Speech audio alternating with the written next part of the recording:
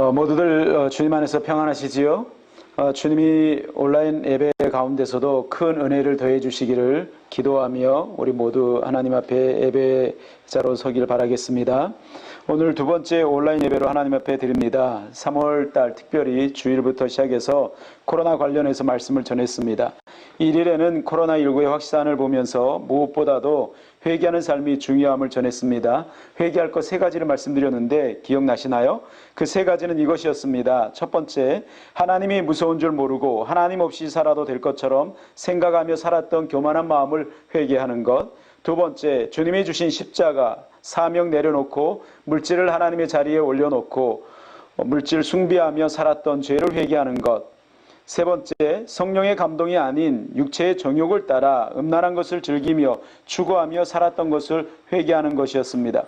8일에는 요한계시록뿐만 아니라 성경 전체에서 가장 많이 등장하는 숫자 7에 대해서 살펴보면서 현재 확산 중인 코로나19 역시 요한계시록에 예언된 7이라는 숫자 안에 들어가는 재앙이라고 말씀드렸습니다.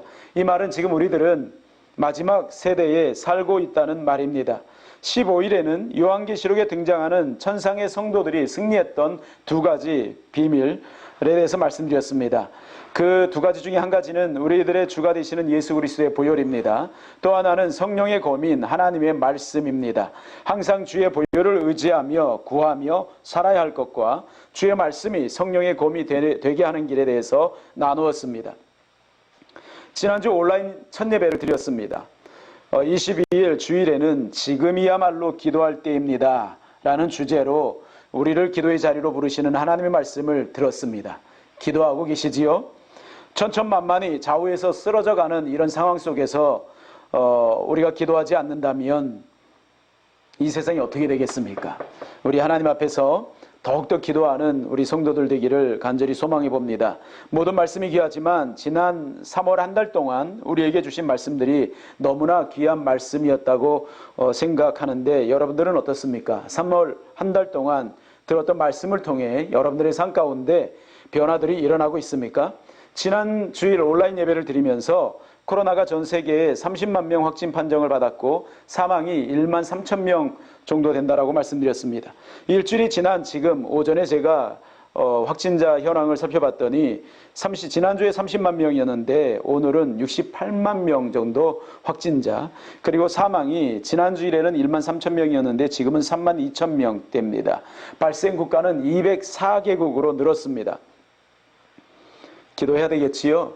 사람들이 이렇게 천천만만이 좌우에서 쓰러져 가고 있고 고통당하고 있고 죽어가고 있는데 이럴 때 우리 예수 그리스도를 믿는 사람들이라고 한다면 정말 진실한 마음으로 하나님 앞에 눈물로 호소하며 하나님의 긍휼을 구해야 될 것입니다.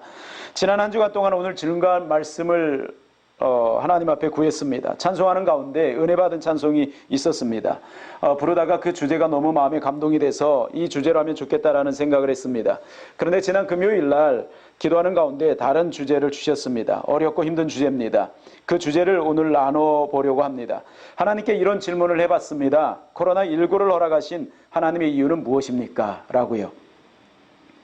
그 질문을 하고 묵상을 하는데 이런 생각이 떠올랐습니다. 어쩌면 하나님께서 이 세대에 교회들의 예배를 원하지 않으시는 것은 아닐까? 그래서 바이러스를 통해서 정부를 통해서 교회들의 예배를 못하게 하는 것은 아닐까? 이런 생각을 해봤습니다. 성경에 하나님의 예배를 받기 싫다라고 말씀하신 내용이 있습니다. 이사야서 1장 11절에서 14절 말씀입니다. 여호와께서 말씀하시되 너희의 무수한 재물이 내게 무엇이 유익하뇨? 나는 순양의 번제와 살찐 짐승의 기름에 배불렀고 나는 숫송아지나 어린 양이나 숫 염소의 피를 기뻐하지 아니하노라. 너희가 내 앞에 보이러 오니 이것을 누가 너희에게 요구하였느냐? 내 마당만 밟을 뿐이니라. 헛된 재물을 다시 가져오지 말라. 분향은 내가 가증히 여기는 바요. 월삭과 안식일과 대회로 모이는 것도 그러하니 성회와 아울러 악을 행하는 것을 내가 견디지 못하겠노라. 내 마음이 너의 월삭과 정한 절기를 싫어하나니 그것이 내게 무거운 짐이라. 내가 지기에 곤비하였느니라. 아멘. 하나님께서 이스라엘 백성들의 절기, 안식일, 월삭, 무수한 재물들을 싫어하신다. 피곤하다. 이렇게 말씀하고 계십니다. 요즘으로 이야기하면 교회의 모든 모임이나 헌금이나 봉사를 싫어한다는 말씀입니다. 월삭은 매달 1일을 하나님 앞에 지킴으로 지난달의 죄를 사함받고 새로운 달을 살아갈 은혜를 구하는 예식을 지키는 날이었습니다. 모든 절기, 안식일이나 월삭을 지켜가고 수많은 제물들도 바치지만 아울러 악도 스스럼 없이 행하며 살았습니다. 그저 그들은 종교인들이 되어가고 있었던 것입니다. 회개도, 결단도, 순종도, 사랑도 없이 악을 행하면서 아무런 양심의 가책도 없이 시간이 되었으니까 나와서 절기들, 안식일, 월삭들을 지켜가는 것이었습니다. 그런 삶은 예수님이 오셨을 때도 지속되었습니다. 예수님이 오셔서 극대노를 하신 적이 3번 있었습니다. 2번은 성전을 강도의 소굴로 만들어 놓으신 것을 보시면서 상인들의 상을 둘러엎으시고 성전뜰에 있었던 이 가축들을 내쫓으신 것이었습니다. 또 한 번은 마음은 없으면서 사랑하는 척, 믿음이 있는 척, 거룩한 척하는 서기관들과 바리새인들과 율법사들에게 저주와 같은 말씀들을 선포하셨습니다. 예수님께서 십자가상에서 죽으시고 3일 만에 부활하신 후에 승천하셨습니다. 이 땅 가운데 교회를 세우셨습니다. 교회는 또 다른 교회를 낳고 또 다른 교회들은 또 다른 교회를 낳았습니다. 이런 일들이 지속되었는데 그렇게 세워진 교회들이 시간이 지나면서 이사야 시대나 예수님 시대와 같은 모습으로 변질되기 시작했습니다. 요한계시록 2장 3장에 보면 이 땅에 있어 왔고 현재도 있으며 앞으로도 있을 교회들의 모습이 등장합니다. 그 7교회 예수님께서 편지를 보내시는데 그 편지 내용이 간단하게 요약하면 2교회는 칭찬의 내용만 받습니다. 나머지 3교회는 칭찬과 책망을 받습니다. 또는 마지막 2교회는 책망만 듣습니다. 그 7교회 가운데 신약 성경의 서신서에 등장하는 교회는 에베소 교회 하나뿐입니다. 나머지 교회는 성경에 등장하지 않는 교회들입니다. 에베소 교회만 서신서에 등장하는데 에베소 교회는 칭찬과 책망을 들었던 교회입니다. 7교회 가운데 첫 번째로 등장했던 교회이기도 하고요. 에베소 교회는 사도 바울이 2차 전도 여행 때 잠시 들렸던 지역이기도 하고요. 3차에 다시 들려서 3년 가까이 헌신하면서 말씀을 전했던 지역이 그 교회가 에베소 교회입니다. 그곳에 두란노 서원이라는 그 공동체를 만들고요. 그곳에서 하나님의 말씀을 증거하면서 소아시아에 있는 많은 사람들에게 말씀을 증거하고 힘있게 사역을 했던 교회입니다. 바울의 뒤를 이어서는 아볼로와 브리스가와 아굴라 이런 사람들이 하나님 앞에서 사역을 했던 곳이고요. 그리고 이어서 디모데가 사역을 했습니다. 디모데 순교 이후에는 사도 요한이 사역했던 교회입니다. 디모데가 사역할 때 에베소 교회에 문제가 있었다는 것을 디모데 전후서를 읽어보면 알 수 있습니다. 디모데 순교 이후 사도 요한이 사역을 합니다. 그러다가 밤모섬에 유배됩니다. 그리고 예수님으로부터 계시를 받아 계시록을 기록하게 됩니다. 그 내용 가운데 사도 요한 자신이 사역했던 에베소 교회에 대한 편지도 있습니다. 칭찬만 있으면 좋았을 것 같은데 책망의 내용도 있었습니다. 그것도 책망받는 내용이 너무나 중요한 것이라 나머지 칭찬이 칭찬으로 느껴지지 않을 정도입니다. 계시록에 등장하는 7교회 가운데 현대교회가 가장 많이 닮은 교회가 에베소 교회가 아닐까 생각을 해봤습니다. 열심히 합니다. 봉사도 합니다. 헌신도 하고요. 헌금도 하고 제자훈련도 받습니다. 그러나 주님은 말씀하십니다. 요한계시록 2장 4절에 그러나 너를 책망할 것이 있나니 너의 처음 사랑을 버렸느니라. 그러나 너를 책망할 것이 있나니 너의 처음 사랑을 버렸느니라. 우리를 향한 주님의 사랑은 언제나 처음 사랑입니다. 영원한 처음 사랑으로 사랑하십니다. 그러므로 주님이 우리에게 원하시는 것은 다른 것이 아니라 처음 사랑입니다. 예수님의 물질이 필요하시겠습니까? 예수님에게 다른 무엇이 필요하시겠습니까? 예수님이 보실 때 인간들이 주를 위해서 한다고 하는 수고가 대단해 보일까요? 온 우주 만물을 설계하시고 창조하신 주님이 우리들이 주를 위해 한다고 하는 것들이 사랑의 눈이 아닌 객관적인 눈으로 보신다면 얼마나 보잘것없고 하찮은 것일까요? 그러므로 우리 주님이 원하시는 것은 무엇을 하든지 처음 사랑하는 마음으로 하는 것, 그것을 원하시는 것입니다. 주님에게는 다른 그 어떤 것도 필요치 않기 때문입니다. 지난주에 제가 이 말씀을 준비하면서 제 자신을 생각해 볼 때 나도 모르게 종교인이 되어가고 있는 거 아닌가 라는 생각을 해봤습니다.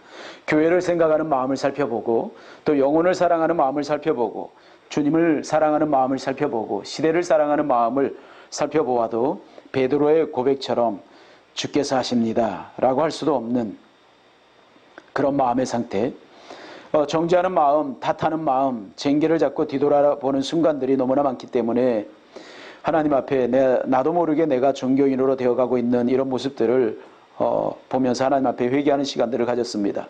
설교해야 되니까 준비하고, 주일이니까 교회 가고, 헌금해야 하니까 헌금하고, 섬겨야 하니까 섬기고, 이렇게 여러분 온라인 예배 드리니까 편하지 않나요?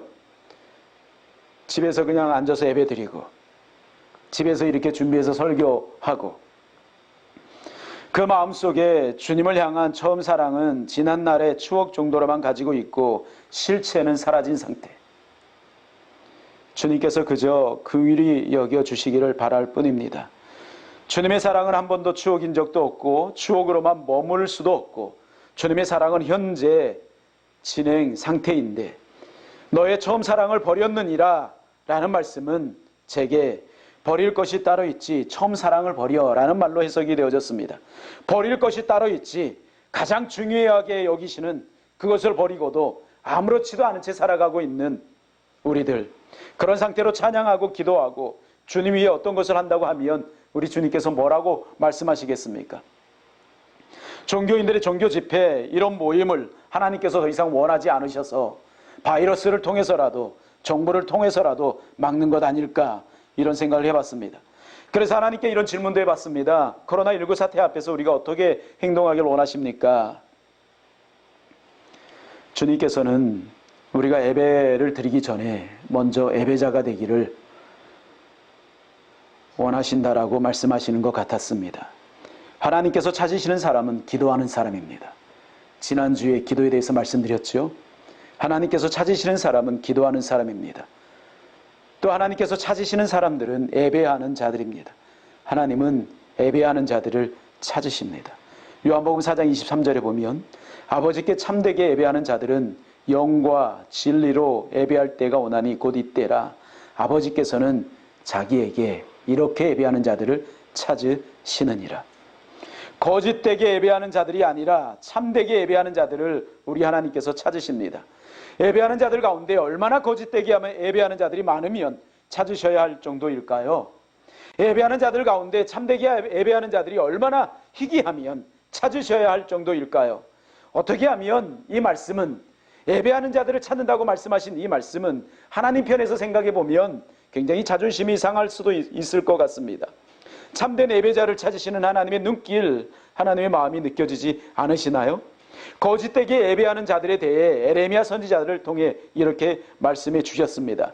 에레미야 7장 1절에서 11절 말씀, 여호와께로부터 에레미야에게 말씀이 임하니라. 이르시되 너는 여호와의 진문에 서서 이 말을 선포하여 이르기를, 여호와께 예배하러 이 문으로 들어오는 유다 사람들아, 여호와의 말씀을 들으라. 만군의 여호와 이스라엘 하나님께서 이와 같이 말씀하시되 너희의 길과 행위를 바르게 하라. 그리하면 내가 너희로 이곳에 살게 하리라. 너희는 이것이 여호와의 성전이라, 여호와의 성전이라, 여호와의 성전이라 하는 거짓말을 믿지 말라. 너희가 만일 길과 행위를 참으로 바르게 하여 이웃들 사이에 정의를 행하며 이방인과 고아와 가부를 압제하지 아니하며 무죄한 자의 피를 이곳에서 흘리지 아니하며 다른 신들 뒤를 따라 화를 자초하지 아니하며 내가 너희를 이곳에 살게 하리니 곧 너희 조상에게 영원 무궁토록 준 땅이니라. 보라, 너희가 무익한 거짓말을 의존하는도다. 너희가 도적질하며 살인하며 간음하며 거짓 맹세하며 바알에게 분향하며 너희가 알지 못하는 다른 신들을 따르면서 내 이름으로 일컬음을 받는 이 집에 들어와서 내 앞에 서서 말하기를 우리가 구원을 얻었나이다 하느냐. 이는 이 모든 가증한 일을 행하려 함이로다. 내 이름으로 일컬음을 받는 이 집이 너의 눈에는 도둑의 소굴로 보이느냐. 보라, 나 곧 내가 그것을 보았노라. 여호와의 말씀이니라. 자신도 모른 채 종교인들로 변질되어 가고 있는 이들의 심정을 꿰뚫어 보시는 말씀 아닙니까? 이렇게 말씀을 들었음에도 불구하고 이스라엘 백성들은 회개치 않았습니다. 유다 사람들은 회개치 않았습니다. 예루살렘 성전이 초토화됩니다. 완전히 멸망당하게 됩니다. 이 말씀 앞에 나는 아니에요, 나는 아니에요 라고 당당하게 고백할 수 있는 성도들이 얼마나 되겠습니까? 유다가 멸망한 이유가 바벨론이 강해서도 아닙니다. 유다의 국력이 약해져서도 아닙니다. 모두들 종교인들이 되었기 때문입니다.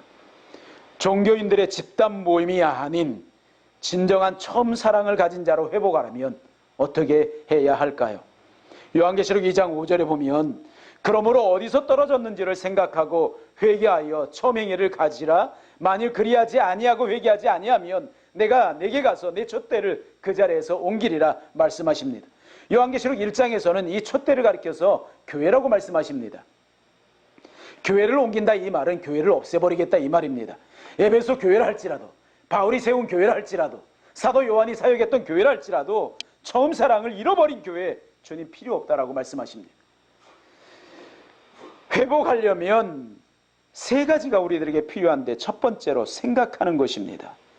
어떻게 하다가 처음 사랑을 잃어버렸는지, 어디서 잃어버렸는지, 무엇하고 맞바꾸었는지, 너 자신이 무엇을 따라가다가 무엇을 즐기다가 잃어버렸는지 생각하고 생각해보라. 처음 사랑이 있기는 했었는지, 언제적 이야기였는지, 복음이면 충분했고 주님 사랑이면 충분했는데 찬송가 하나도 하나님 앞에 눈물로 고백하며 하나님 앞에 그렇게 고백하며 나갔었는데 어쩌다가 이 지경이 되었는지 생각해보면 생각납니다. 자신이 가장 잘 압니다. 만약 모르신다면 하나님께 기도하십시오.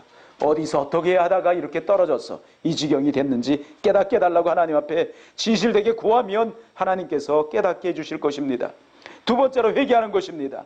이 말은 주님의 사랑을 저버린 삶을 살아왔습니다 라고 고백할 뿐만 아니라 실제 돌아서는 것입니다. 하루 24시간, 일주일 7일, 365일 모든 순간이 주님이 최우선되지 못하고 잡다하고 무익한 것들이 우선이 되었던 것을 뉘우치고 결단하고 되돌아서는 것입니다. 교회가 사는 길은 회개하는 것뿐입니다. 세상이 사는 길도 회개하는 길뿐입니다. 우리가 살고 세상이 사는 길은 회개하는 것입니다. 그래야 하나님이 긍휼히 여겨주십니다. 회개하지 않으면 심판이 임하지만 회개하면 긍휼히 여겨주십니다. 하나님의 긍휼을 구하기 전에 먼저 회개해야 합니다. 회개가 먼저입니다. 그러면 하나님이 긍휼을 비같이 내려주십니다. 세 번째로 처음 행위를 갖는 것입니다. 지난주에 여호수아서를 읽었습니다. 여호수아의 삶을 보면서 너무나 감동이 되고 도전이 되었습니다. 그래서 아들 이름을 여호수아로 계명을 시킬까 이런 생각을 해봤습니다. 아니 손자가 태어나면 여호수아로 이름을 지으면 좋겠다라고 생각할 정도였습니다. 그는 이집트에서 노예로 살다가 그곳에서 구출되어서 광야에서 40년을 모세의 시종으로 살았습니다. 한 번도 리더인 적이 없었던 사람입니다. 그러나 하나님은 광야 40년 동안 모세의 시종 역할을 통해서 리더 훈련을 시켰습니다. 그 당시에 여호수아는 자신이 리더 훈련을 받고 있다는 것을 몰랐습니다. 그것이 훈련이었는지 모른 채 그저 부르심의 자리에서 진실되고 충성되게 감당했습니다. 그런 그가 갑자기 지도자가 되어 이스라엘을 이끌고 가나안 땅을 정복해 갑니다. 노예 때와 같은 이스라엘 무리, 광야 40년 여행 동안 지칠 대로 지친 이스라엘 백성들을 이끌고 31명의 가나안 왕들과의 전쟁에서 승리합니다. 더 큰 문제는 정복한 땅을 분배하는 것입니다. 이것을 잘못하면 시험에 들어 분열할 것 같은데 땅 나누기도 잘합니다. 그리고 110세 죽기 직전 이스라엘 백성들에게 유언을 남깁니다.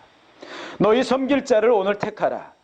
나와 내 집은 오직 여호와 하나님만을 섬기겠노라.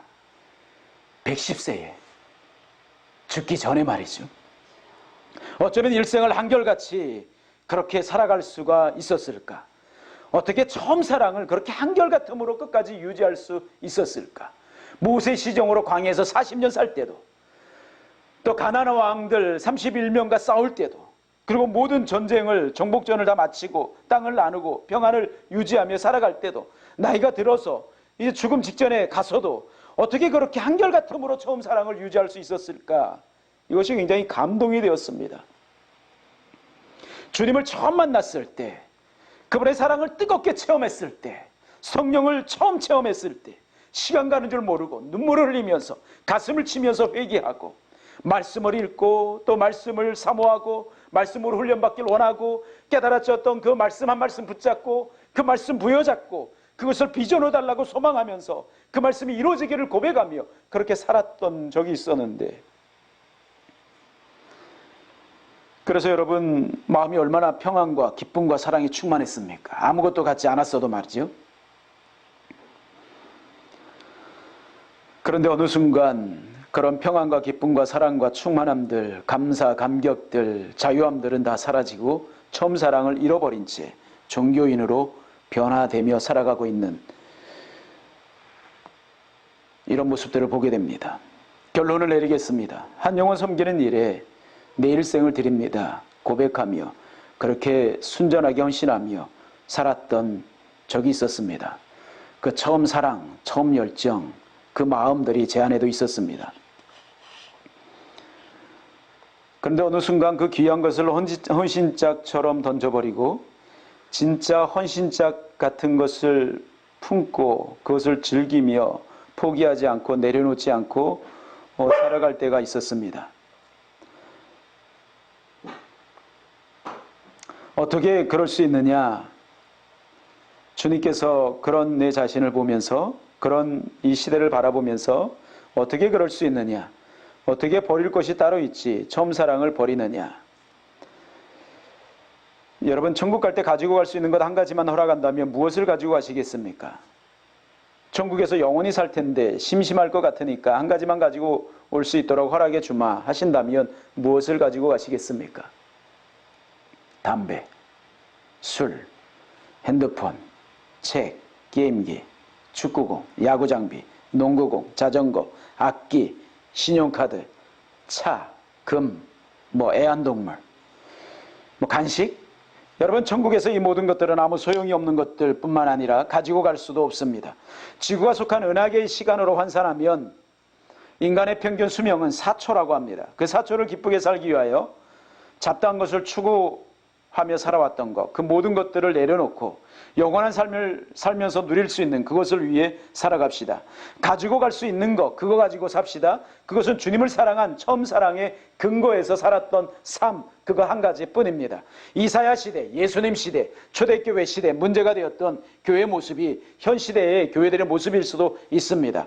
혹시라도 하나님이 예배 받으시기 너무나 싫어서 정부를 통해서나 바이러스를 통해서 막고 있는 것이라면 어떻게 해야지요?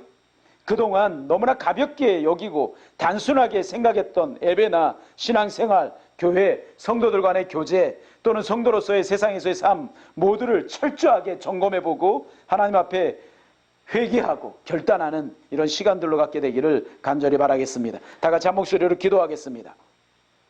우리 하나님 앞에 기도할 때 오늘 들은 말씀 기억하면서 하나님 앞에 생각하고 또 회개하고 결단하는, 그래서 처음 행위를 갖는, 하나님 내가 처음 주님을 만났을 때, 내가 주님을 처음 만났을 때 가졌던 그 감사, 감격, 감동들 하나님 회복시켜 주옵소서.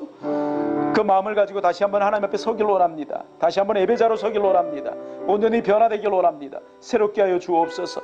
우리 하나님 앞에 말씀 드린 것 생각하면서 회개하시면서 하나님의 은혜를 구하는 시간 갖도록 하겠습니다. 다 같이 기도드리겠습니다. 아버지 하나님 은혜를 감사합니다. 저희들 붙잡아 주시고 오늘 이렇게 우리 하나님 앞에 나와서 찬양드리며 아버지 기도할 수 있는 은혜를 나에게 주신 것 감사합니다. 주님 안에서 온전히 서러지길 원하며 아버지 말씀 안에서 온전히 서러지길 원합니다. 아버지는 진정으로 아버지는 종교인으로 전락하고 아버지 종교인으로 변해가고 있는 저희들을 아버지 하나님 아버지 회개합니다. 주의 보혈로 씻어주옵소서. 아버지 하나님 거짓 예배자가 아니라 종교적으로 하나님 앞에 나와서 예배드리는 것이 아니라 참된 예배자로 서길 원합니다. 참된 예배자로 변화되길 원합니다. 아버지 처음 사랑을 회복하길 원합니다. 아버지 순수했던 그 마음을 회복하길 원합니다. 하나님이 하나님의 시간 가는 줄 모르고 하나님 앞에 말씀을 사모하고 찬양하며 영혼을 사모하며 이 시대를 향해서 눈물로 기도하며 하나님 앞에 나갔던 아버지 하나님 그런 모습들을 회복하길 원합니다. 아버지를 온전히 회복시켜 주옵소서. 처음 사랑을 회복시켜 주옵소서. 아버지는 나를 회복시켜 주시고 아버지는 우리들을 회복시켜 주시고 아버지 교회들을 회복시켜 주옵소서. 종교인의 자리에서 내려와 생명을 가지고 아버지는 충만한 생명을 가지고 하나님과 친밀한 교제를 나누는 저희들을 낼 수 있도록 하나님 은혜 베풀어 주옵소서. 온전히 역사하여 주옵소서. 온전히 새롭게 해 주옵소서. 아버지 하나님이 아버지 하나님 주만 바라며 주만의 예배 나갈 수 있도록 도와주옵소서. 아버지는 긍휼하게 해 주옵소서. 아버지 우리들을 긍휼하게 해 주옵시고 새롭게 해 주옵소서. 주만 바라며 주만의 예배 나갈 수 있도록 축복하옵소서. 오 긍휼하게 해 주옵소서. 회복시켜 주옵소서. 베풀어 주옵소서. 감사하신 예수님 이름으로 기도합니다. 아멘. 이 시간에는 또 다른